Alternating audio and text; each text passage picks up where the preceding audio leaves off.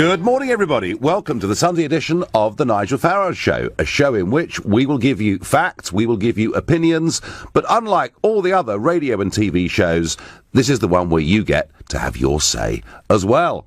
So Thursday and Friday of last week, Mrs. May was there at the European Summit.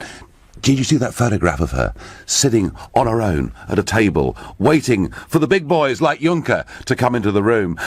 How did she get on? Well, you could argue that the language that was being used by at least some of the other leaders was a little more conciliatory than perhaps we'd heard before, though I notice from Monsieur Barnier and Monsieur Juncker, nothing very friendly at all was said. And we now hear that David Davis is hopping on Eurostar tomorrow morning and going to meet the French government in another attempt to try to get them to give more concessions. It would appear that the divorce bill, as it's being called, is a major stumbling block before they will even lower themselves to come and talk to us about a future trade deal. And if that wasn't difficult enough, she's got some big battles on the home front too. And Keir Starmer today, Sir Keir Starmer, who is, of course, the shadow Brexit minister, he has laid out 6 red lines that he wants to see as part of the Brexit bill, you know, the Great Repeal Act, that has to go through the House of Commons. The trouble is, it isn't just Labour that will support the idea, in particular, that Parliament should have the final say on whatever deal. Of course, the SNP will support it, the Liberal Democrats will support it, but equally, people like Ken Clarke and Anna Soubry will support it. Can the government actually get this through without an amendment, perhaps, that says that Parliament must have the final say? And so what I'm going to debate here with you this morning is, do you trust Parliament to have the final say on whether to take us out of the European Union? And you can answer me on that by calling 0345 6060 973. You can text to 84850. You can tweet using the hashtag Farage and LBC at LBC. And you can, of course, not only watch on Facebook Live, but comment there too. So, to try and help us through all of this, I'm going to a proper expert. His name is Bruno Waterfield. He's the Brussels correspondent for The Times. He was there at the summit on Thursday and Friday, and he is, I hope you won't mind me saying, Bruno, something of a Brussels veteran. How many of these summits, Bruno, have you been to over the years? Oh, I don't care to think about it. Right. It's 15 years worth. I've never been called a proper expert before. No, well, okay. I'm not quite sure how to take it. Well, except veteran then, if nothing else. Okay. Help us through this, because, I mean, I've obviously got my own point of view. You know, I felt it was a pretty dismal performance at the summit, and I've been reading Tory-supporting newspapers on Saturday talking about breakthrough and what a marvellous day the Prime Minister had had. I mean, give me your assessment. What kind of summit do you think Mrs May had? Well, I think it was a summit where they didn't want to kick her when she's down, and the reason why they don't want to kick her when she's down is she might not get up again, and they might end up with Boris Johnson, and Boris Johnson particularly exercises the imagination of the Germans, who really don't like him because of comments he's made comparing the EU to some kind of Nazi project. So it was all about, making sure that she wasn't too humiliated by playing a lot of lip service to what she said in her speech in Florence, when she made some pretty big concessions and didn't really get anything in return for them. So what they decided to do was something they're going to have to do anyway, and something that Michel Barnier wanted to do anyway, something that countries like the Netherlands and Belgium, Denmark, and possibly even France have a lot of trading links with Britain, were very keen on, was to try and start, they call it scoping. It's a horrible word. But how very Brussels, eh? Technical, it's a technical term for working out trade agreements, and particularly working out this transition that people like Philip Hammond, the Chancellor of the Exchequer, are very keen on. But they were probably going to do that anyway. And the problem that Theresa May has, and she had at the summit, is that basically the EU pocketed what she said at Florence. They just put it in their pocket and said, right, give us some more. And that's why she's still under pressure. That's why she didn't get what she wanted, which was this declaration of sufficient progress in response to a speech allowing them to move on to the next level. And she didn't get that, and she's under pressure, particularly on the money. And the reason she's under pressure on the money is the money is one thing that EU can really agree on. They're all a bit split on trade, actually, and trade with Britain. But when it comes to getting more money out of Britain, there's total unity. And, in your view, what do we owe once we've left the European Union? Well, we'll probably never know. We'll probably never know the full amount because no one wants to write it down. Michel Barnier won't want it written down because some people say he hasn't got enough out of Britain. And the Brits won't want it written down because it's very embarrassing and rather contentious within the government cabinet. It depends how you calculate it. Most people believe that in her Florence speech, when she said after Brexit, no government would be worse off, no project would be worse off, no one would have to pay more into the budget. That promise cost around about 23 billion euros. Mm-hmm. Then there's something really horrible and incomprehensible called the resta liquide, which are these very long-term commitments in the budget. There's contingent liabilities, as they're called, such as the pensions to be paid for Eurocrats in the decades after Brexit, which the EU says Britain is on the hook for. When you add that money in, you're adding in at least some 40 billion. So the total bill, according to one very, very senior EU diplomat on Friday afternoon, is about 60 billion euros. Most people think the total bill will come in at around 40 to 50 billion euros. Now, it's important to note that the divorce bill isn't as such new money that Britain will pay, in the sense that it's in the Treasury estimates. It's the money that Britain would have paid eventually had it stayed in the EU, but obviously for Brexit voters, it doesn't mean that money will be coming back. It will be no. And what about our assets, Bruno? What about our investments in the European Investment Bank? I mean, surely this can't all be negative, can it? Well, the really interesting little fact out of the negotiations is Britain hasn't even talked about the assets. Yes, it's leaving the assets until last, and this is probably quite cunning because logically, and Green MEPs, your colleague Philippe Lambert has pointed this out before. Logically, if Britain is on the hook for liabilities, historical liabilities, and future liabilities, think of those very, very generous pensions that we'll be paying to retired MEPs and retired European civil servants. If Britain is on the hook for those, then presumably Britain gets a share of the assets as well. How can Britain be on the hook for future and past liabilities without the assets? Not entitled to a share of assets that have been built up over the past and into the future. And given that's an interesting question, and I think they're just leaving. I think they're leaving that one until after. That's it. That makes sense. That makes sense. And Bruno, tell me, what do you think the prospects are of, by the end of this year, us actually being involved, not in the prospect or the scoping of what trade talks may be? What hope is there of us being in trade talks by the end of the year, in your view? Well, just before the summit, and the summits do tend to be rather pre-cooked, an ambassador from, he didn't want his country to be named, an ambassador said that he thought it was 50-50. So, toss a coin in the air. And you might know. Just last week, Donald Tusk, the President of the European Council, the guy who chairs the summits and a very important player, a very canny mover, he said that if there wasn't this stage in December, this staging post in December, they'd have to rethink again where they were heading. They'd have to actually think, is this working? Is this process working? So December is going to be very, very important. I think it is a bit of tossing a coin in the air. On the EU side, they are not united. They declare how united they are, which should tell you how fragile it all is. And they're also in no rush, are they? Push on the money. It seems to me that from Monsieur Barnier's perspective as the chief negotiator, the more he can string us out, the better in some ways. Well, in one sense it is, but you've got to bear in mind there are some countries, the Netherlands particularly, France too, though. The Calais railhead is 31.5 million tonnes of freight every year, and they're beginning to get a little bit nervous, very nervous, in fact, as we go into the new year. They go into the new year without any kind of certainty. Yeah. It's going to be very, very difficult for companies to issue contracts, even airline tickets and all the rest. Absolutely. So a lot of countries are beginning to get a little bit jumpy. They're beginning to say to Barnier, come on, Yeah. we're getting worried.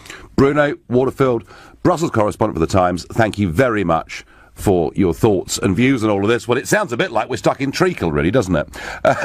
We're not really getting anywhere.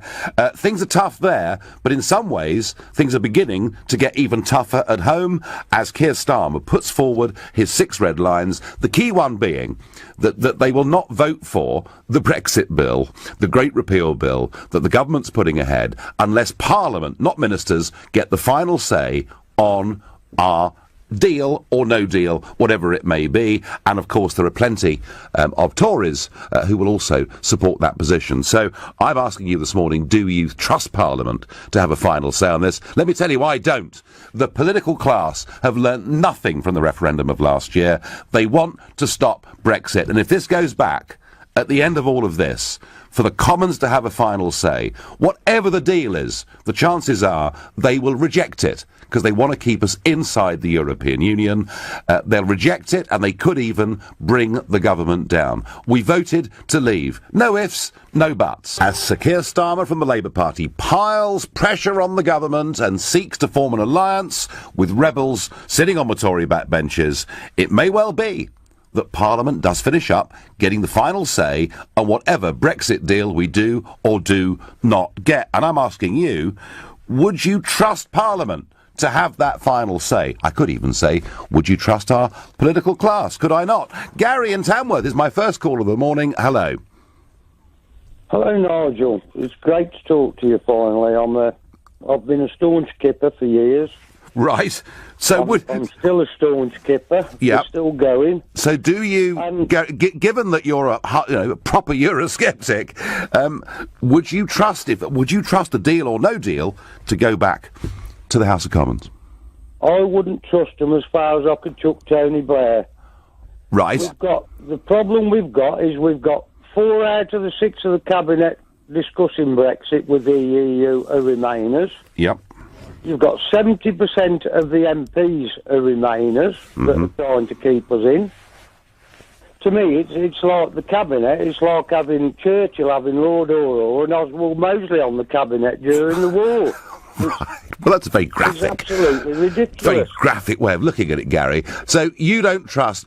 I mean, do you think if it did go back to Parliament, do you feel that the Brexit vote could be betrayed? Yes, definitely. Well, it will be. I know it will be. It's a certainty. Right. Because they want to remain. They want to remain. So that effectively, Gary, that would overturn the referendum, wouldn't it? Yep. They ain't bothered. I tell you what, Gary, stay there a second. I've got somebody else on, Peter in Wimbledon, who I'm told's got a very different view. Peter, good morning. Good morning, Nigel. Nigel, what I'd like to say is you're one of the biggest conmen and hypocrites in the history of British politics. Oh, right. Well, thank you. That's very nice of you. And a very good start to the call. And they're both, they are both actually very high accolades indeed. Do continue. Yeah, well, my point is, as far as I remember, we live in parliamentary democracy. We elect our parliamentarians to act on our behalf and to do what's in the best interest of the country and ordinary people. Not like yourself, you know. You said after the referendum, you're stepping aside. You're going to Brussels. You're going to be negotiating. But Peter, do we trust Parliament? Do we trust Parliament? This is a system. What would you suggest? We abandon our democracy, or we just choose? I'll tell you what we do, Peter. I'll tell you what we do. I'll tell you what we did. Under normal circumstances, you're right. Under normal circumstances, we elect our MPs for a 5-year period to act in our interests. You know, that is the form of representative democracy by which this country is governed. However, a huge exception was made here, because Parliament decided that on this fundamental constitutional question, it wasn't representatives that would decide it, it was us, the people, that decided it. And surely, given that situation, isn't it for those representatives now to respect the wishes of the people. The wishes of 52% of brainwashed and deluded by people like you. Oh dear, this is very poor quality stuff, isn't it? Peter, really, I mean, you may not like the outcome of the referendum, but there were some very powerful arguments as to why we should leave. It wasn't all fake news or smoke and mirrors. There were some strong arguments, Peter, such as we should govern our own country. I mean, what's wrong with that as an argument? Well, in order for us to get behind you guys, people like you, what you need to do, guys, on the Leave side, you should come up clean with all your lies, what you sold to the British... I tell you what, Peter, I tell you what. You give me one lie that I told in the referendum. Just give me one. Well, you stood in front of that poster saying about Syrian refugees coming to this country. Where are they? Oh, I stood in front of a poster exposing Merkel's madness, and look at the impact it's having on European politics everywhere. And absolutely, and when you look, Peter, at the insanity of those photographs, the way that it has really, really upset tens of millions of people in Europe, I completely stand by that slogan, the EU has failed us all. What has it got to do with the United Kingdom, Nigel? You're not answering the question. Peter, once someone's got a European passport, they're entitled to come to Britain. Simple as. Sorry, tell me, you were going to give me a lie. Please give me a lie. Well, I've given you one. And there are so many... No, you haven't. On the other side, no, you haven't. Have a deal with the European Union. The deal's going to be so easy to make because they need us more than we need them. Since the Brexit, Nigel, if you check, standard of living's gone down, and you should know that better than anyone. Yeah, the people. No, actually, thankfully, wages have, after over 10 years of being very depressed, started to go up. The stock market's near at an all-time high. Exports are good. There's a lot more good news out there than bad. Peter, thank you. And I challenge anyone: tell me any lie I told in that referendum, and you won't find one. You may not agree with it, but it wasn't lies. And this has almost become the establishment excuse for the revolution of 2016. In America, it has to be the Russians. Trump could not possibly have won unless the Russians had interfered. And in this country, Brexit only won because people were lied to, apparently. Tim is calling from Bishop Stortford. Tim, good morning. Do you trust our MPs and our political class to have this final decision? Well, the simple answer to that, Nigel, is no, of course not. Basically, what we've got to remember, and this hasn't changed, that the majority of the members of Parliament, whether they're Labour, Conservative or whatever, don't want to leave the EU. Yep. And their views haven't changed.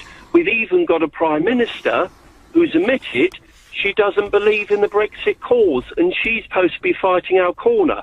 The previous caller that made, I think, the rather unfortunate connection with Mosley during the war, but it's very similar. We've got somebody, the people that are leading their campaign to negotiate a position don't actually believe in it. It is a very odd thing, Tim, I must admit. I was talking yesterday to a long-term Eurosceptic who, like me, left the Conservative Party over 25 years ago. He said, isn't it ironic that we fought this lonely battle for a quarter of a century, we got to a referendum, we got over the line, and now, of course, the people running it are the very people we've been fighting for 25 years, and so that is a real problem. Do you think Brexit could be betrayed, Tim? Honestly, I believe that there's a strong possibility that Parliament will attempt to stop it at some stage. And, it is ironic, isn't it? We've been in the EU all these years, and all these laws, directives and regulations we've rubber-stamped through Parliament. Not one MP has spoken up about talking about them. Now, suddenly, every minutiae they want control of, which I find is incredibly hypocritical. Yeah, no, I'm really worried. I get that, Tim. I get that, Tim. And I'm even more angry, Tim, in terms of breach of trust and faith. They were elected on manifestos. On manifestos that said, both Tory and Labour manifestos said, leave the European Union, leave the single market, end free movement of people, and here we are, a few months down the line, and they're prepared to completely turn turtle on it. Tim, I thank you for your call. On Facebook, Peter says, it looks like the EU will have its cake and eat it. Darryl says, stop the talking, let's get walking. Anthony says, no, we don't trust them. We want to move forward, not 200 years backwards. Chris says, I trust the Parliament more than majority general public, to be honest, that's at a push. Conrad says, where's the plan, Nigel? You've campaigned for years to quit, and you should have been in there with the government sharing your plans. Conrad, they don't want to talk to me. They are, after all, as been said already this morning, nearly all Remainers. Nearly all Remainers. And even the Leavers only came out as Leavers in the last few months, and in many cases they appear now to have compromised quite a few of the things they stood for during the campaign, such as cabinet ministers who are Leavers supporting the concept of a transition period, delaying this years and years and years down the line. Andrew is calling me from Docklands. Andrew, good morning. Yes, good morning, Nigel. I don't think that, I don't trust the Parliament to have the say at all. It seems that for us, that as people are sort of woken up to what they are really like. They're not looking after the people. They're looking after their own careers, and they're also looking after the high prices that corporations and the people in control of the marketplace can actually charge. Prices would drop, and I think free competition across the whole of the EU would bring up all of those smaller countries, and those smaller countries would come up to our standard instead of us taking all of their skilled people and then chucking aid at them. Which we have done, haven't we? We have done. This never ever gets mentioned, Andrew, is the effect that mass migration has actually had on some of those countries. I'll share a story with you. I was in Lithuania a couple of years ago at a big conference, and I was talking to the Prime Minister of Lithuania, and I said, come on, how many people have left Lithuania since you joined the European Union? It's over 20% of the population. And amongst that are nearly all their graduates in law, in economics, and in medicine. So a lot of these countries, like Lithuania, Andrew, have literally been stripped out of all their talent.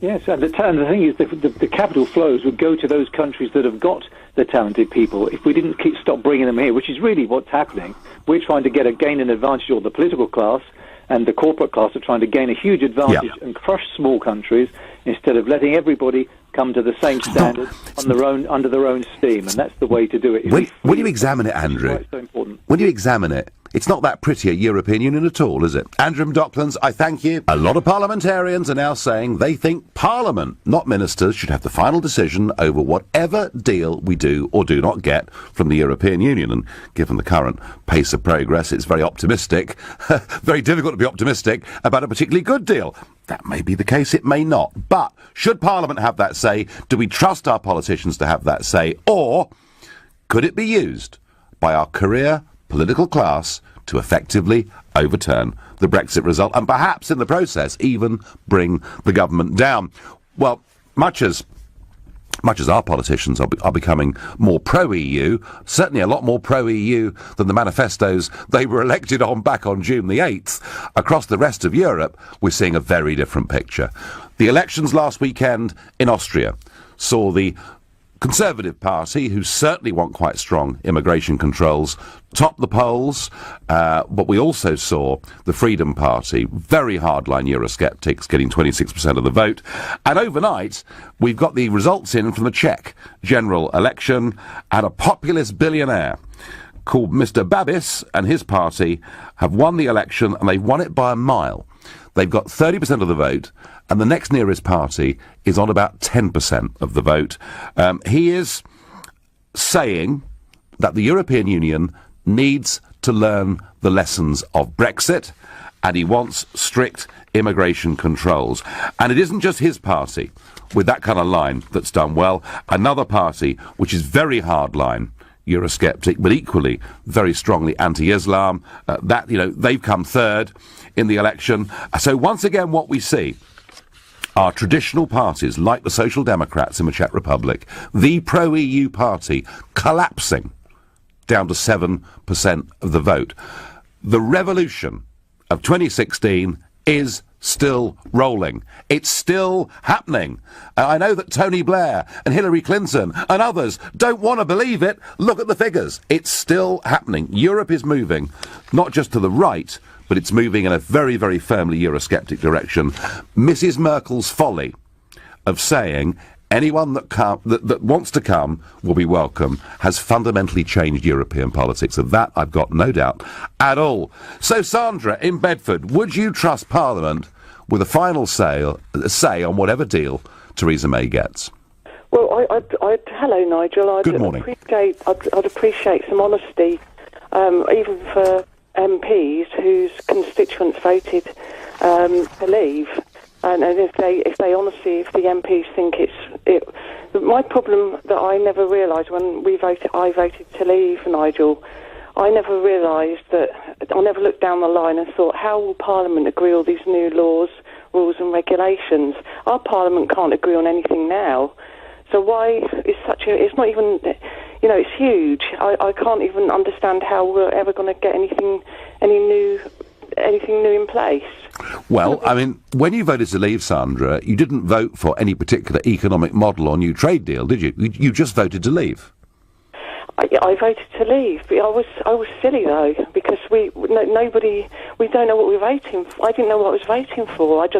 It was lovely, it sounded good, but now I don't think it is the right way for us. So would you like us to rejoin the European Union and and head towards a European... Oh, joining the Euro, of course, would be part of it, because Mr Juncker's very keen on that now. It's going to be compulsory, and we'd have to join a European army. I mean, that's the point, Sandra, isn't it? That either you want to be part of this political union or you don't. That's the real fundamental choice. Well, yeah, I tell you what, really, the choice is we're not Great Britain anymore. We're just a little island.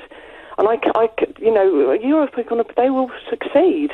And I think to fall out with them and constantly hammer them and hate them like you are. So are they succeeding in Catalonia today, Sandra? Sorry? Do you think the European Union is succeeding in Catalonia when it completely refuses to condemn 900 people being assaulted and wounded by the Spanish police? But the trouble with you, Nigel, you make it sound so easy. Everything sounds so easy. I feel sorry for every MP and the House of Lords having to deal with this really tricky situation. And I take my hat off to you. You're great on the radio, but you walked away from politics. No, Sandra. I'm leading a group in the European Parliament. I've been giving speeches all over Europe over the course of the last few months. Yeah. I'm trying to encourage European businesses to put pressure on their leaders to get them to move towards some sensible trade talks. I haven't walked away, Sandra, at all. Okay, yeah, but you're dangerous. I know, because I've got these ideas about democracy and the nation and identity. And actually, you're quite right. When it comes to the economics of this, it's complicated. But the big choice, actually, is the simplest choice that we've ever faced in our lives.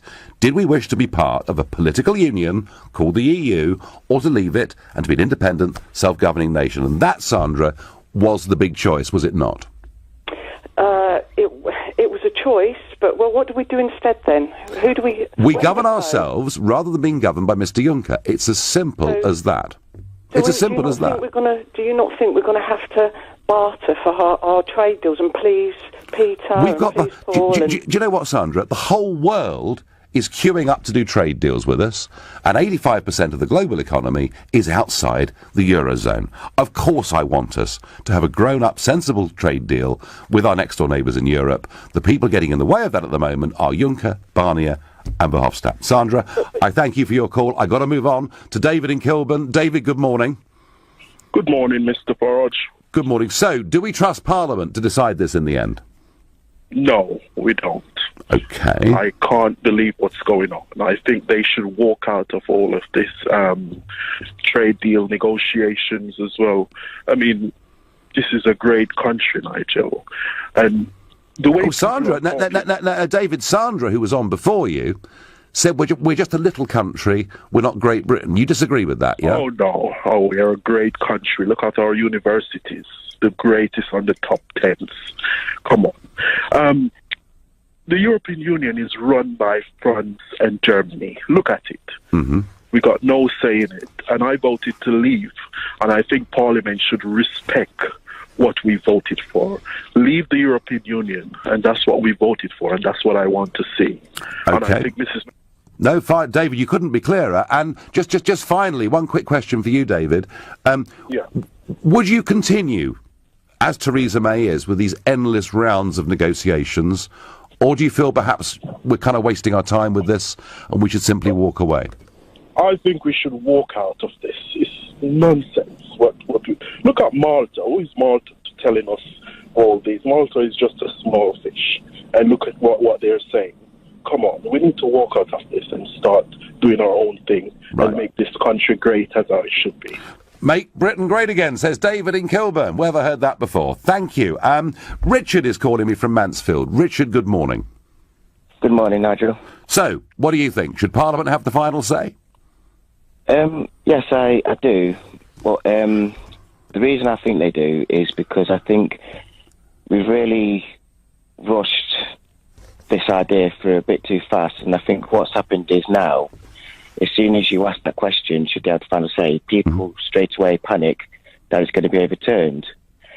And I think what's happened is from when David Cameron said that, as soon as the referendum, as soon as we vote to leave, going to issue Article 50, as soon as he said that, and he didn't, people started to panic that the government would try to overturn it. And what's happened as a result is we've rushed things through without planning properly.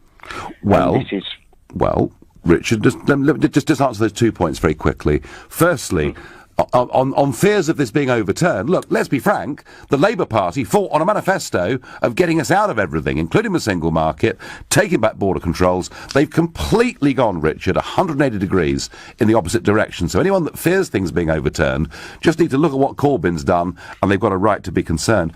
And you say we've rushed this, but come on, Theresa May didn't trigger Article 50 for 9 months, did she? Yeah, no, and I think that's fine if you're not going to trigger Article 50, because you've got to remember, you know, we didn't have a Brexit secretary when she first came in, so yes, she did need time to implement things. Changing, I don't mind Labour changing their mind, and I don't mind people changing their minds, because that's what happens when you don't wish things. Richard, 4 months after a general election, and you change it round the most fundamental question facing the country today by 180 degrees. That's not very straight dealing, is it?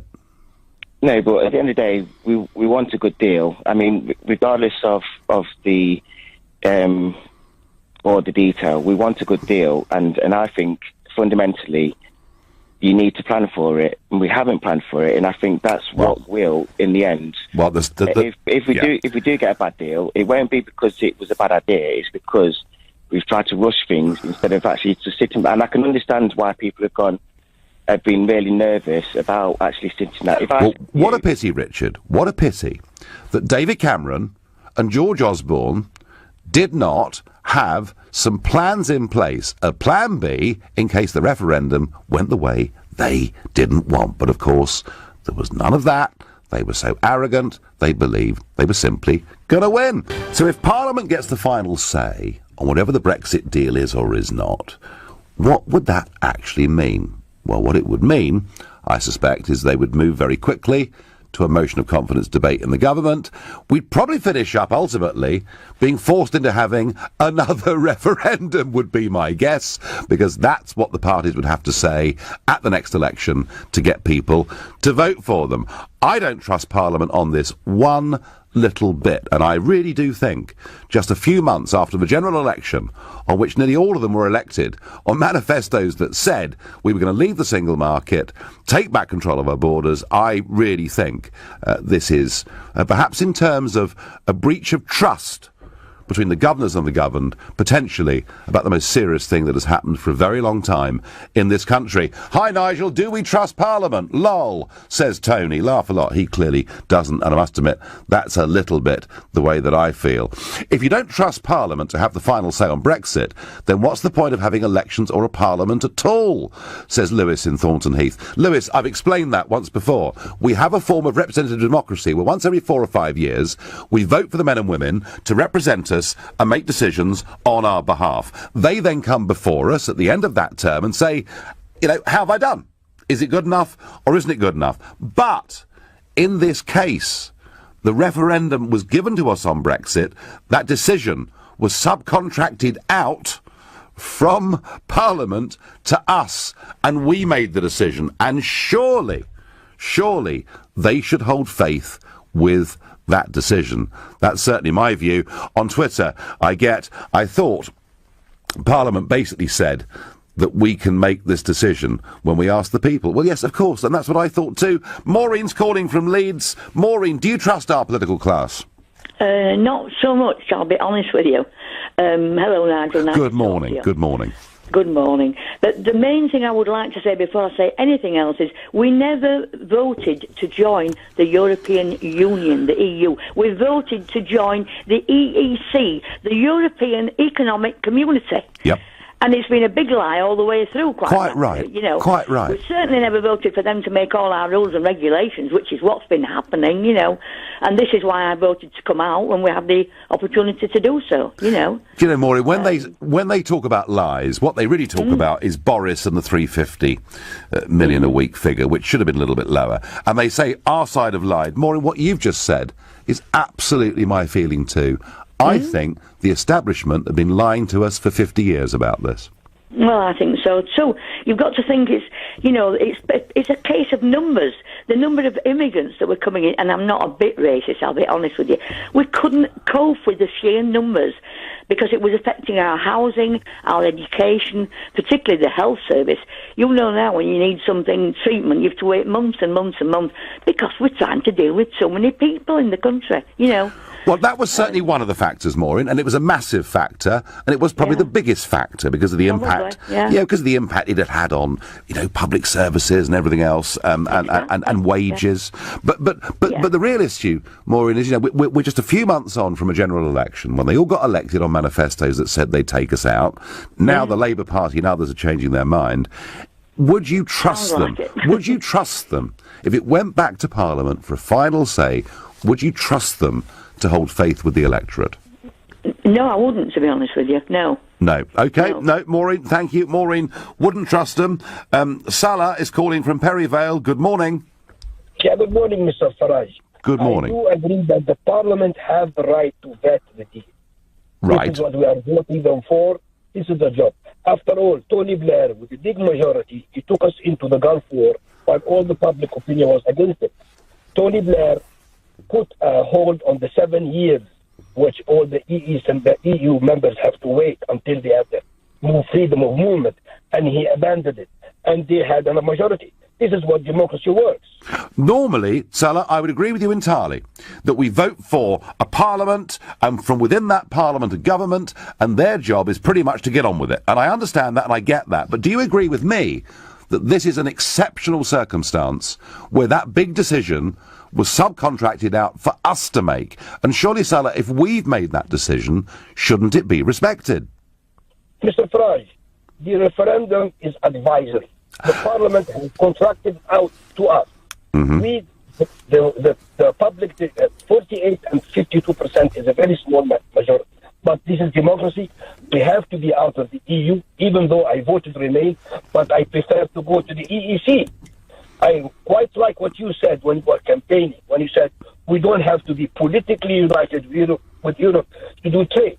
This was a very good statement you made. Yeah, well, let's hope our government can negotiate it. Salah, I thank you very much indeed for your call. I'm going to go to Carol in Folkestone. Carol, good morning to you. Would you trust this decision to go back to Parliament? Do you think... Can I just come in and say to you that as far as I understand, the EU doesn't recognise referendums. Now, it seems to me that we're just being ignored. The UK's referendum was taken, and as you know, many people actually backed it. Catalonia it's more brutal for these people when they were looking for independence, but it just seems to me that it's just being ignored. Well, the point is that, of course, that Denmark voted against the Maastricht Treaty, was forced to vote again. Ireland twice in the last 20 years voted against European treaties and were asked to vote again. And when the French and the Dutch voted against the European Constitution, they just rebranded it as the Lisbon Treaty and continued. So they've got no great record, as you say, of respecting referendums. And indeed, Juncker's made it clear since our referendum, he never wants to see another referendum in Europe on any European issue. He wants to trust the political class. But my question, Carol, is about our Parliament and our MPs. if this final decision goes back to them, do you think they will hold faith with the way the British people voted, or do you think a great Brexit betrayal could be 18 months, 2 years down the line? Well, surely, if they actually go against what their constituents looked for, and if they actually vote to sort of carry on being within the EU and going against their people, they're going to be out of a seat. Surely they can't be so short-sighted. You may well be right, Carol from Folkestone. Thank you. And following on from that theme, I get by text, the vote on the final deal is just a way of trying to stay in the EU. I think Starmer is a cuckoo in the Labour nest. Stabbing 4 or 5 million voters in the back is not the way to win the next election. Some Labour MPs will be very nervous about this. And I have to say, I think in the Midlands, the North, South Wales, particularly in those areas where there was a big Labour Brexit vote, I think potentially there's quite a lot of Labour MPs could be very vulnerable to this indeed. And my last caller on this subject is Pat, who's calling from Holton Regis. Good morning. Good morning, Nigel. Right, I like to, this myth that we get 52% and 48% that's banned around by the Remainers and the media. If you put it into votes itself, it was 1,261,000, which is very significant, more than 52% and 48% that comes across. Mm-hmm. And also, no, I've got no trust or faith in our government or the opposition. Now, the mandate was handed to the government from the people of this country to negotiate coming out. Yep. And all we've seen is this woolliness of, we're going to give the EU something back, and we didn't vote for that. Now, if you put it on the other shoe when there's an election, if there's an election and the Tories won the election, you don't go back to Labour and say, well, you've got the mandate. They lost it. They did? It's the Tories. The Tories carry that election. The Tories carry on our negotiations, but the Tories have got to remember that Leave campaigners are leaving. We want to leave. There's no discussion on that. We want to leave. There's no discussion. I thank you for that. And you've had the final word on that. I totally agree. Well, from Article 50 to Article 155. Yes, Spain's Prime Minister has said he's going to impose direct rule on Catalonia. Catalan leader Charles Puigdemont has said this attempt by Spain to humiliate Catalonia is an attack on democracy. But do you agree that this is an attack on democracy, or is it Spanish law simply being obeyed? If you're worried about the implications for democracy, call me on 0345 6060973. Perhaps you think Spanish law must be upheld at all costs, in which case text to 84850. Or perhaps you think Spain and Catalonia should have a referendum to sort it all out, in which case tweet Farage and LBC at LBC. Well, the Catalonian leader has said that Spain's attempt to humiliate his region is an attack on democracy. It's as the country's Prime Minister says, there will be new elections to the Catalan Parliament, probably in 6 months' time, and that the removal of the region's autonomy following its independence referendum is going to happen pretty soon. Just before we came on air this morning, I spoke to James Badcock, who is a freelance reporter in Madrid, and I began by asking him to explain to us what Article 155 is all about. It's part of the Spanish Constitution, so it's the 40-year-old Spanish Constitution, and it's never actually been used in anger, as it were, in 40 years. And what it does is it gives, it's very vaguely worded, we've never seen it used before, it gives a government, which has to be supported by the Senate, the upper house of Parliament, the power, basically it can use necessary measures to bring into line any regional authority in Spain, which is, outside the law, which is doing something which is overstepping its powers, as is the case in Catalonia, which has, held a referendum which wasn't legal, and is talking about declaring independence. So it's very vague, and this government has, yesterday, was drawn up its plans of how it wants to use 155, and I think we're all quite shocked today at how harsh the measures could be. So the Prime Minister, Rajoy, will put this to the Senate at some point this week, is that right? Yeah, on Friday. It's already been arranged that the vote will be on Friday, and Mr. Rajoy's Popular Party has a majority already. But on top of that, for extra political support. He's got the opposition socialists and the fourth largest party, Ciudadanos, to support these measures. So this gets passed on Friday. What happens next Saturday? Does the Spanish government literally just go in and take over all the buildings in Catalonia, the government buildings? Well, yes. I mean, how it will physically play out is what could be fascinating and could be slightly alarming. But in theory, on Saturday it will be published in a state bulletin that this power has been passed, and that basically the Catalan government, all of them, the ministers, the vice president, and President Puigdemont, will be dismissed. This almost sounds third world. I thought Spain was a modern democracy. I mean, surely the Catalans have a right, do they not, to express an opinion? Well, I mean, expressing opinion is one thing, but they certainly don't have the right, as the rules of the game are within the Spanish constitution, to declare independence. Now, this was triggered by the Spanish government, with Prime Minister Rajoy, asking, first, you can't just go to the Senate and say we want these powers. First, there has to be communication with the regional authority to ask them, to explain what they're doing and are they outside the law and can they please rectify. And so Mr. Rajoy asked Puigdemont if Catalonia had declared independence, and his reply was equivocal. He didn't really confirm or deny it. And now the situation, what's really going to be fascinating is, as we said, it's on Friday, the Senate debate and vote. Now, Mr. Puigdemont has one sort of last option, if you like, before we get to the clash next weekend that he's officially dismissed. He could, and he has threatened to, go back to the Catalan Parliament and, before it's sort of emasculated by these measures, and put independence to a vote there.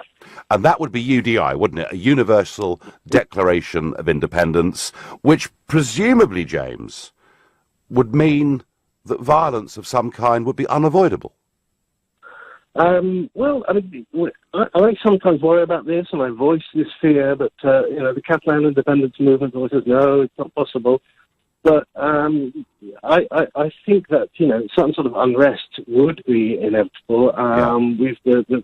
Spain's chief prosecutor is preparing sort of treason charges, really, against Mr. Puigdemont. There would perhaps be some move to try and have him arrested if Parliament, if he took a unilateral declaration to Parliament and they actually voted on it. So to remind listeners, it was sort of floated as a possibility in Parliament after the referendum, but there wasn't a formal vote. So, therefore it wasn't really a declaration.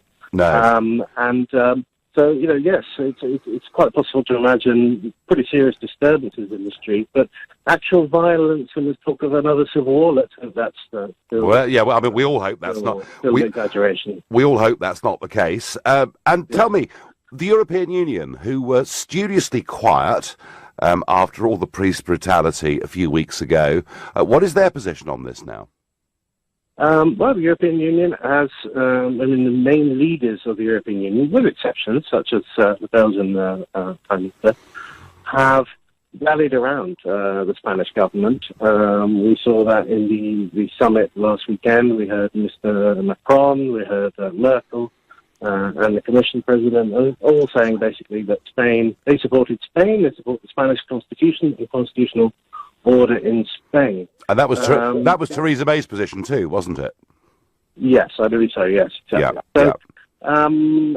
Really, they're treating this as an internal matter, I suppose, just as you might get complaints from opposition politicians in Hungary about, the election rules or freedom of the press there, but the European Union doesn't seem able to intervene in these kind of issues. Well, they're very good, James, at criticising the Hungarian government and criticising the Polish government and often criticising the British government, but the Spanish government, it would seem, can do no wrong. It is also this can of worms, isn't it, of secession. I think there are other countries that have regions that, could they think would get restive as well. Well, that was the view that we got there from Madrid, and that's what the government is saying, that, they're using necessary force, as they have over the last few weeks. They're enforcing the rule of law, and Carles Puigdemont, the president of Catalonia, could well finish up in prison on effectively treason charges. I have to say, when you hear there's a leader of a nationalist, separatist movement in southern Europe, you sort of conjure up this figure of some sort of very fiery, noisy, big public orator. And actually, this guy, when you listen to him, comes across as the most mild-mannered nationalist I think I've ever heard of. But let's get the view from Barcelona. Let's get the other side of the argument, because, you know, we're going to debate. Is this an attack on democracy, or is it the correct interpretation of Spanish law? Let's get a view from Barcelona. Let's go to Jim Kent. He's the owner of Barcelona City FM. He's lived in Barcelona for a few years. Good morning, Jim. Good morning, Nigel. Good morning. Now, I saw the pictures of reportedly hundreds of thousands of Catalans out on the streets of Barcelona yesterday. Tell me about that. Yes, we had about 500,000 Catalans. Now, the main tenet of that particular protest was concerning political prisoners, because the two Jordis, as they now know, they were the leader of the Catalan National Assembly. They were arrested about a week ago and are still being held by Madrid authorities, and people wanted to express their anger about that. And I would say, don't underestimate the strength of passion here of the Catalans in this debate. Even though the rule of law on one side might look as though it's against them, they are getting ready. This protest is not going away. It's not going anywhere. No, and of course, when they did hold that referendum, and I know lots of people were stopped from voting, but of the 43% turnout, about 90% voted to secede, didn't they?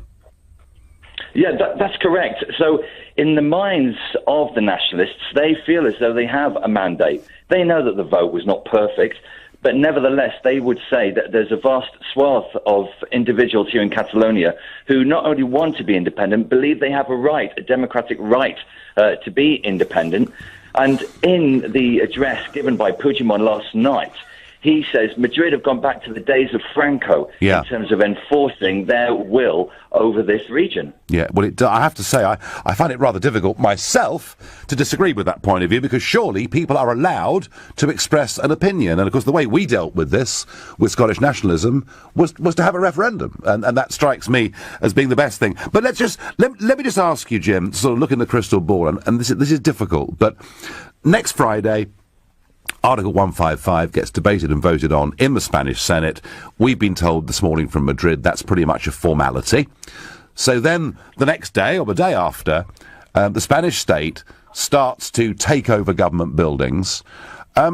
What are people such as the police force, such as the civil servants, I mean, are they going to accept that suddenly they're under direct rule from Madrid rather than their own Catalan senior officers that they had the day before? Yeah, you mentioned the police, and for sure that's a very, very interesting issue. What we actually expect is to see the local police effectively divide down the middle, because here in Catalonia, with the Mossos police force, many of them are very ardent nationalists, and there's no way that they will ever take orders directly from Madrid. So we're creating the potential of seeing police on both sides of the protest. Do you, Jim, do you fear this could turn ugly? I do, and I think the key point will be this issue of political prisoners is a really hot issue here. So if Madrid continue, and if they arrest any of the political leaders, including even Puigdemont himself, it's very unpredictable to see the response. Without doubt, you'll see 1 million people on the streets, but what that will lead to is hard to know. I mean, I've spoken to many Catalans in recent days, and many of these people, they grew up in a time when the Basque separatist issue was violent. Here in Catalonia, it was always peaceful. Yes. But these people now tell me, now we understand why they had to go to such violent lengths, because Madrid won't engage in dialogue. Yeah, and is Puigdemont right? In your view, you're there, you've got a business in Barcelona. Do you think he's right when he says that the behaviour of Rajoy, the Prime Minister, is an attack on democracy? Rajoy has been incredibly heavy-handed, but you do mention business. This prolonged nationalistic issue, it's really hurting the economy. For sure, there are less tourists here on the streets than normal. Yep. And I should just mention that the tapas is still good, the sun is shining, and Gaudi is still here. So tourists don't need to worry about that. But yeah, there's a knock on the real day-to-day businesses, and so you'll find they'll be pushing against Puigdemont. Let's have a resolution as quickly as possible, please. Yeah, for the I get sake it. of the economy. Jim Kent, owner of Barcelona City FM, thank you very much indeed for that. Well, folks, you've listened to two sides of an argument. You've heard the arguments for the Spanish imposing direct rule. You've heard the arguments from Barcelona, well, both sides of the argument from Barcelona, but, you know, I think Jim Kent there saying to you, don't underestimate the passion. 500,000 people on the streets yesterday, already political prisoners, this very serious situation. So do you agree when Puigdemont says, do you agree that this is an attack on democracy, or is it just Spanish law being obeyed? Your views in a moment. You've heard both sides of the argument, so it's your turn now, and that's the point about this show. It's the point about LBC. It's the only medium on a Sunday where you get the chance to give us your opinions. Do you think what is happening in Catalonia with local autonomy on the verge of being suspended and the Spanish state about to come in, take over government buildings, do you see this as an attack on democracy, or is it just the Spanish law being obeyed? Call me on 0345 6060 973 to give me your view. And if you're in Spain, please call and we will give you priority. Absolutely. Of course, equally, you can text your views on this to 84850. You can tweet your opinions using the hashtag Farage and LBC at LBC, and you can watch this live on Facebook and comment there. My first caller on this subject is Nick, who is calling from Harlow. Nick, good morning. Morning, Nigel. Nice to speak to you again. Good to you. So what do you think, Nick? I don't want to give an opinion as to whether this is an attack on democracy, but what I do want to point out is a very important thing, which is the EU response to it. Now, whether the Spanish are violating their democratic principles, it's a debatable point. Whether they're violating their own laws, yes, they are. The referendum that was held was not lawful, but it was not illegal. Okay? But contrast, for instance, the EU's approach to Yugoslavia, particularly Krajina in Croatia in 1992. Oh, well, they jumped the gun in recognising it, didn't they? Well, of course. They were like, yes, come, join us, be part of us, we want your stuff. Whereas where a particular breakaway separatist part of the country goes, no, we don't want to be part of this anymore, they go, oops, that's a bit of a problem, and no, you can't. So it's not really internally logical and consistent, is it? Actually, Nick, it is logical and consistent, totally, because the Europe... Depending on how evil you think they are. Well, I've been there a long time, and I remember Juncker's predecessor, Mr. Barroso, the former Maoist from Portugal, who now is, I think he's the deputy chairman of Goldman Sachs globally. I mean, how you go from Maoism to Goldman Sachs, I mean, it's a heck of a leap. What's the difference? Well, sometimes the circles meet, perhaps, yeah. No, what was it? I mean, he said that the European Union was an empire. He said, we're building an empire. And, Nick, I think what happened 25 years ago, I think the European Union actually assisted in the destruction in Yugoslavia. I think... Yes, they did. I think its actions... And they made a complete hash of it. Well, I think it's worse than... No, I think it's worse than that, Nick. Because, you know, they always say, look at us, we're wonderful in Brussels. I mean, we've stopped the Germans coming over the Rhine again. Well, the Germans were never going to... No, they haven't. I mean, well, that's an economic argument. But the idea that the European Union is all about peace, and what I see is much of what they did with the recognition of Croatia, etc., actually helping to provoke some of the terrible things that happened in the Balkans. And then they decided they want to expand it eastwards into the Ukraine, which led to the overthrow of an elected prime minister. So, but I don't think they are about peace, but the point is, the consistency is, they want to build the empire, and they can see these Catalan separatists don't just want to leave... You've gone. There is one more point I'd like to add in, and I run the risk here of being a tinfoil hat person. So this is getting into a very risky area. But consider, the logical outcome of this is going to be incredible unrest in Catalonia. The Spanish government is going to intervene. nasty things are going to happen. It's not going to end very well. It's probably not going to end terribly. I mean, I don't think we're looking at another Yugoslavia.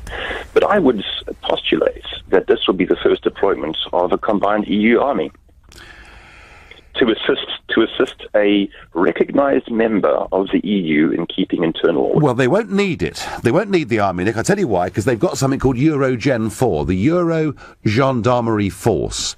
It's existed for a few years. At the moment... I'm aware of that, Nigel. Yeah. I mean, at the moment... And you successfully deploy it, isn't that a massive PR coup? I think that in many ways that may well be true. I think there is no point in having European armies or European police forces or European special riot squads. There's no point having them unless you actually use them. And of course, for those that want statehood for the European Union, the very act of doing these things is part of it. I mean, I remember Verhofstadt. It would be a great test case, wouldn't it? You know, I remember Verhofstadt in 2012 when France and the UK started bombing Libya.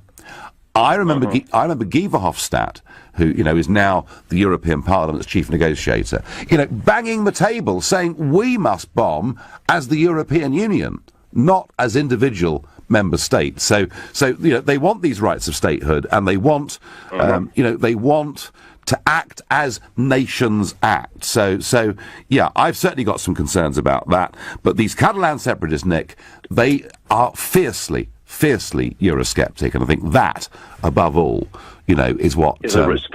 I think that's what they're scared of. It's a risk and it's an opportunity for the EU. An opportunity for them to as you say, use their forces, flex their muscles, but the risk is... I mean, frankly, Nick, I'd say this to you. If the Catalans were to break away by some means as a completely independent state, independent of Spain, independent of the European Union, if that was to happen, that would make Brexit look like a Sunday afternoon. Yeah, and that's exactly the point, isn't it? That is exactly the point. Nick, listen.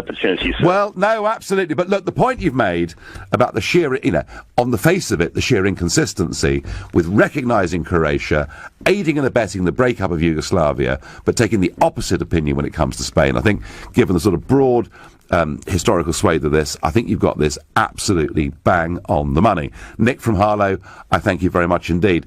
Natalie comes through on Facebook and says, you do realise the EU is not interested in sorting out Europe. It wants everyone to suffer. Sorry, Greece. Sorry, Spain. Well, I'm not sure, Natalie. I mean, I'm Eurosceptic, but I'm not sure they actually willfully want people out there to seriously be hurt. I'm not sure they would, you know, I mean, come on, France, Germany. Okay, you can be really cynical and say those guys want to run the European Union for their own benefit. You know, they want this to be a political union that they're in control of. I don't think any of them ever have actually wished ill and wished suffering, but they're prepared to see suffering in Greece to maintain the integrity of the euro. They're prepared to see companies that export to the United Kingdom perhaps have to start paying, the customers have to start paying tariffs, and they do that because they want to preserve the idea that no country can actually leave the European Union. So they do things at times that are against the interests of people, against the interests of companies, and against the interests of countries in the name of this larger supranational structure. But I don't think they ever from the start willfully set out to do something that would genuinely hurt people. Christian says on Facebook, on the Spanish attacks against democratic voters, imagine what a European army would do. Well, Christian, you are backing up the point that was made there by Nick. Not only do they have a European army, they've got their own, effectively, they've got their own riot squads, and they're in training.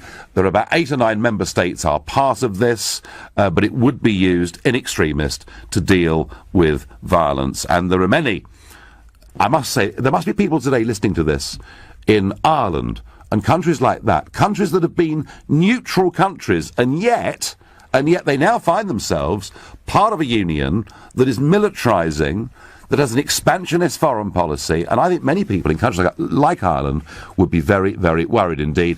And on Twitter, I get No, that's for the previous one. But listen, I'll take any opinions you've got on this. You've heard both sides of the argument. Is this an attack on democracy, or is it just the Spanish enforcing their own rules?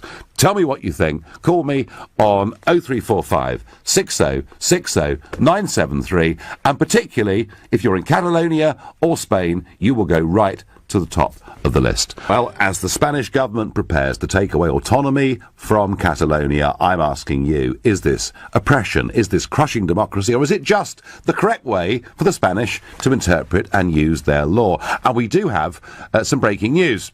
Spain says that British expats will be allowed to continue living in the country even if the UK leaves the European Union without a Brexit withdrawal deal. Spain's Foreign Minister Alfonso Dastis says the lives of ordinary Britons will not be disrupted. There is another Remainer argument blown out of the water. You said if we voted Brexit, they'd all be rounded up in prison ships and sent back to Portsmouth. Complete and utter baloney, as it always was going to be. I wonder what would happen, frankly, to the economy in much of southern Spain if it wasn't for the British expats down there spending their money. I'm also fascinated by the timing of this. Fascinated. Is this Spain trying to show us and the others what really nice guys they are before they send the troops and the police in to take over the Catalan Parliament and all the organs of state? I wonder.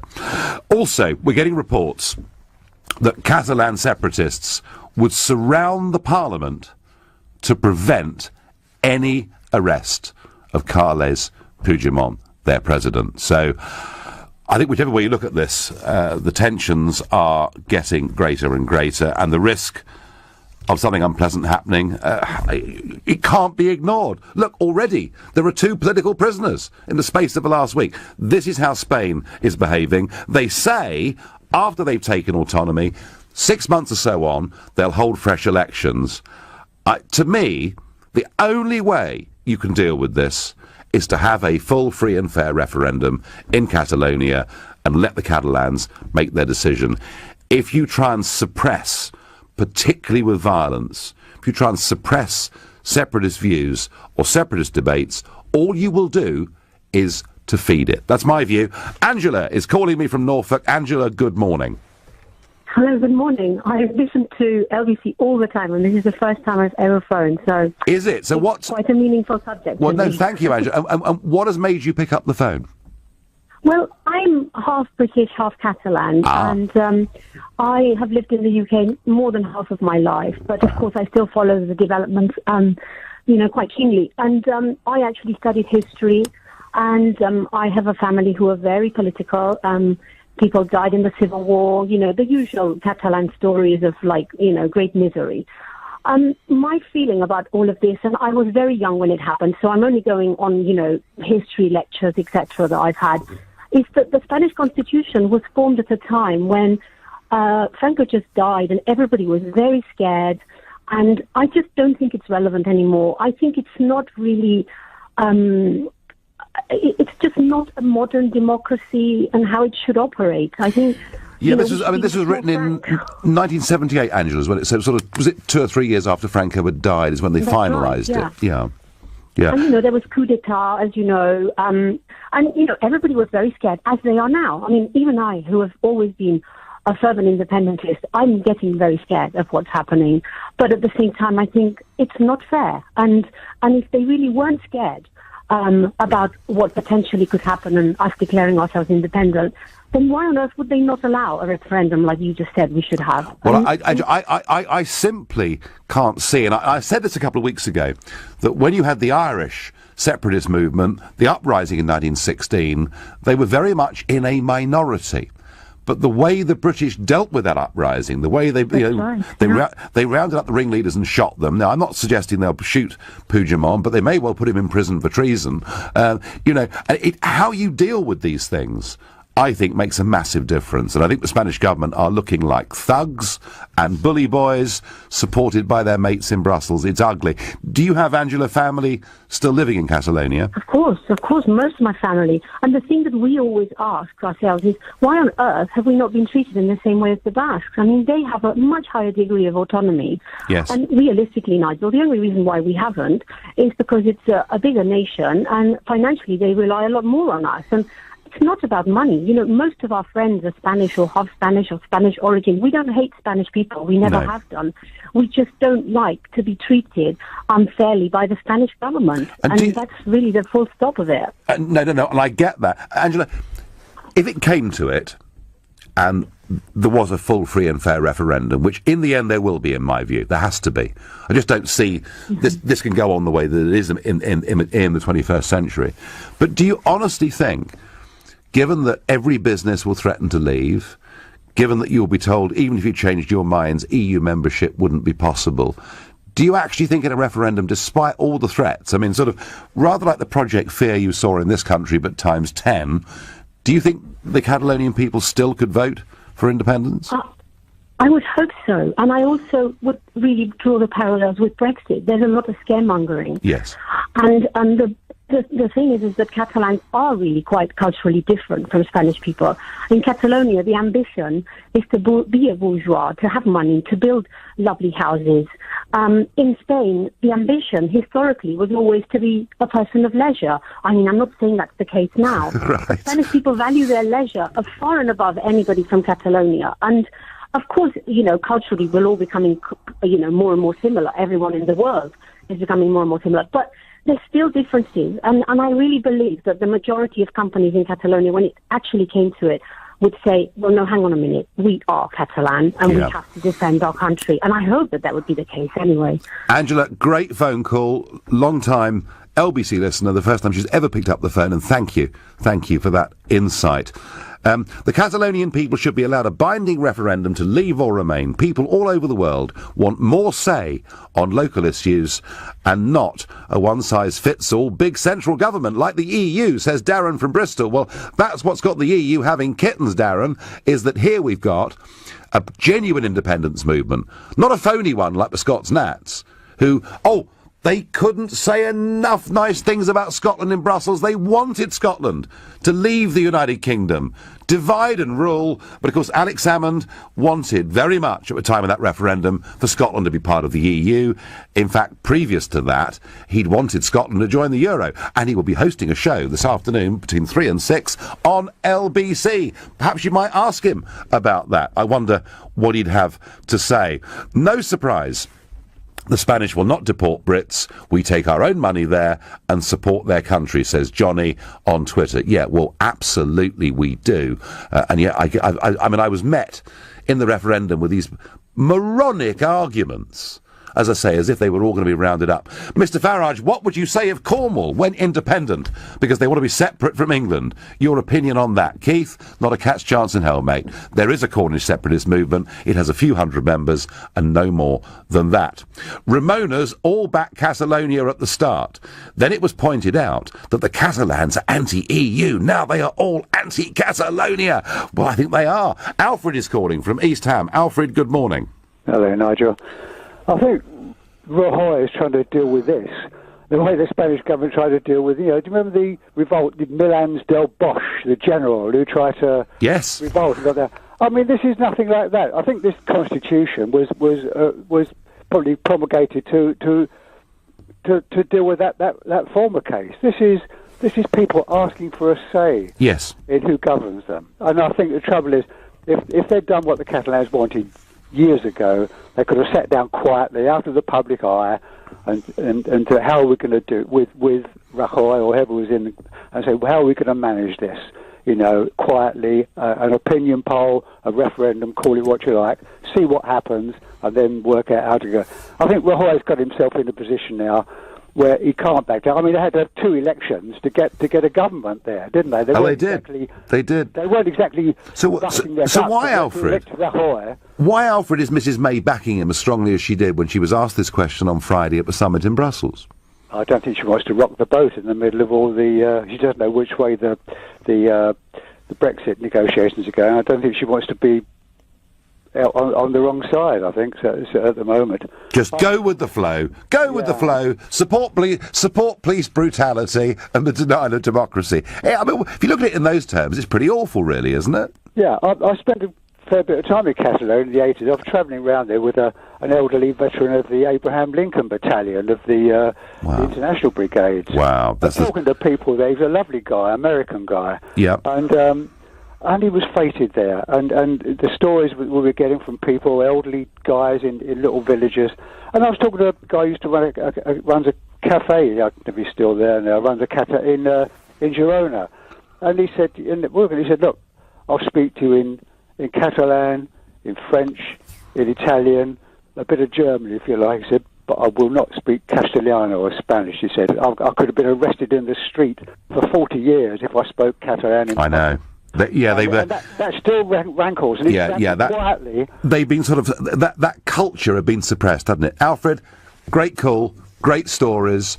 Must have been fascinating back in the 1980s when there were still people alive in serious numbers who'd fought in that civil war to go there. I'm asking you: is taking away autonomy from Catalonia complete oppression and the death of democracy, or is it just a fair thing for the Spanish government to be doing, given Article 155 of their constitution, which they intend to trigger? But before that, the World Health Organization has appointed the 93-year-old Robert Mugabe as a goodwill ambassador. That's right. The chap that has completely wrecked Zimbabwe, wrecked their healthcare system, who himself goes out of the country for his healthcare, and led hundreds of thousands into starvation, and he's going to be a goodwill ambassador for the World Health Organization. The Canadian Prime Minister Justin Trudeau said he thought it was a bad April Fool's Day joke. Well, we are told now that the WHO are rethinking that decision. Well, can you think a little harder, please? And what is it with all these OECDs and EUs and WHOs? Are all of these supranational organisations just mad? Is it because they're living on taxpayers' money and they frankly stopped thinking? I don't know, but that one is just stone bonkers. Now, Mogmentum, Mogmania, Moggy, Mog. These are the kind of things I get sent to me every day on Twitter and text when I'm doing the show here. Well, tomorrow, for those of you that are Mog fanatics, and for those of you indeed that aren't, he's going to be here on LBC at 10 o'clock tomorrow morning. No, not as a guest. He's going to be standing in for James O'Brien. He'll be here between 10 a.m. and 1 p.m. tomorrow. So listen, ring. I think it's going to be absolutely enormous fun. He's doing it tomorrow, and there'll be different guest presenters every single day this week, names of which I think are being withheld at this stage. But it's Mog tomorrow for 3 hours. I've got to tell you, I'm definitely tuning in at 10 o'clock. I think it's going to be terrific. Right, back to this question of Catalonia, and I'm going to Dennis in Manchester. Dennis, good morning. Hi, good morning there, Nigel. I'm calling really, excuse me, I have a really bad cough and cold bad here. Luck. Bad luck. You and the Prime Minister, bad luck, Dennis, you know. Hopefully I won't spill too many more words. I agree fully with Angela, what she's just said. Yes. In effect, I'm married to a Catalan lady. We lived over here for 38 years. She's worked in this country the whole time, done very well. And we have family back in Spain. We've just come back from Barcelona yesterday, after 2 weeks. Yesterday? Yes. The people there, in effect, they're just entirely ordinary people, and they're the ones who are behind this move, because they've had enough. The simple fact is, Catalonia is a region of Spain. Technically, yes, the referendum was completely illegal. It was against the Constitution. But as Angela said, the Constitution was written in 1978, 3 years after a 40-year-long dictatorship had taken place. And with a view to getting something which was acceptable, it was signed and agreed for then. With the internet and the way the world's changed, everything has changed dramatically since then. Last Monday, the Spanish government, in a very oppressive, heavy-handed way, put into prison 2 leaders of technically cultural groups. Yes, they're pro-separatists. They put them in prison, the 2 Georges. Yep. And On the day after, and knowing something was going on, I just went from the town 15 miles outside Barcelona into town to see what was going to be happening. I could not believe it. I got on the train. I thought I was going to a Neil Diamond concert. There were hundreds on the train of ordinary people, every age, but mainly middle-aged and above. So Dennis, often when we think of separatist movements, independence movements, not always, but often, there is a tinge of extremism or the threat of the use of violence. One thinks of the Basque region in Spain, where there's been plenty of violence. Are you, in your own mind, convinced that the Catalan separatist movement are genuinely good people? The one word which you'll hear from all of the politicians and all of the speakers to the Catalans is pacifista. We are people of peace. When they had the terrorist attack 2 months ago, the chant that they did against terrorists was, we are people of peace, som gender, the power. We are people of peace. And the simple fact is that they will always avoid violence. They didn't engage in any violence when the police were beating them. They put their hands up in the air. There was 200,000 people on a Tuesday night, all with banners waving and appealing for the freedom of these two guys who've been put in prison. Yeah, and that was on 24 hours after. And Dennis, when you flew back yesterday, was everything normal at the airport and everything happening as it should? Yeah, yes, it is. But we took a walk down to the Ramblas along the coast, and we saw the troop ship which is out there. Yes. It has the picture of cartoons there. There are thousands and thousands of guys on there. Now these are fully testosterone soldiers brought in from other parts of Spain. They've been on this ship for 2 weeks. There are rumours that it is both disgusting, smelly. There are rats there. They have nothing to do. Do you think they're going to be nice and peaceful when they're given a job to do, go and look after gentle people? Very thought-provoking. Dennis from Manchester, thank you for your eyewitness accounts of what's been going on there. My next caller is Nemesio, who is Spanish. Good morning. Good morning, Nigel. Yeah, it's about these two guys, the two Jordis that are in jail. Yes. Yeah, they're not in jail for nothing. A judge ordered, before the referendum, ordered the police to search some places where they were, the Generalitat were hiding the boxes and the voting boxes, etc. The police went in, and with 4 or 5 cars, police car. Are you there? Yes, yeah, I'm listening. Yeah. And these two guys jumped on the police cars with big loudspeakers. I saw that on the television. You need to watch these images. Yeah. And they're inciting the crowd. The crowd smashed the police cars, 4 or 5 police cars. They set fire to the police cars. And the Spanish police is inside the building searching for these papers, etc. And the Mossos de Escuadra, is the Catalan police, could not protect them. They were scared inside. So for this reason... Okay, so you feel, Nemesio, these guys have behaved badly, and yes. I listened very carefully to what you had to say there. On the bigger question here, yes, and we've tried over the course of the last hour to listen to both sides of this argument. Ultimately, if Article 155 gets passed by the Senate on Friday, which it looks like it's going to be, yes, and autonomy is removed, we do potentially have a pretty horrible situation.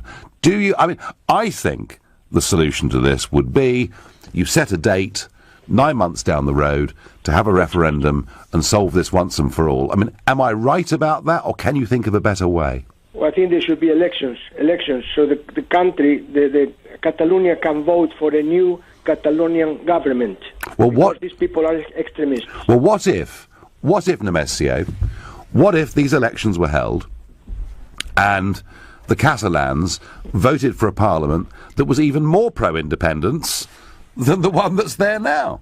Well, I doubt it. I don't think it will happen. But okay. Still, they would be under the power of the tribunal. The power in Spain. Yeah, well, the power in Spain, Nemesio, is certainly being felt, and I thank you. Scott says the UK should watch what happens in Spain. This is just the trailer. No, Scott, I disagree with that absolutely fundamentally. And a question here that I can't answer. Where do the Balearic Islands stand on the issue of Catalonia? Are they Spanish or Catalan? I don't know the answer to that. Someone let me know on tomorrow evening's show, please, what the solution is for that. You've been listening to the Sunday edition of the Nigel Farage Show.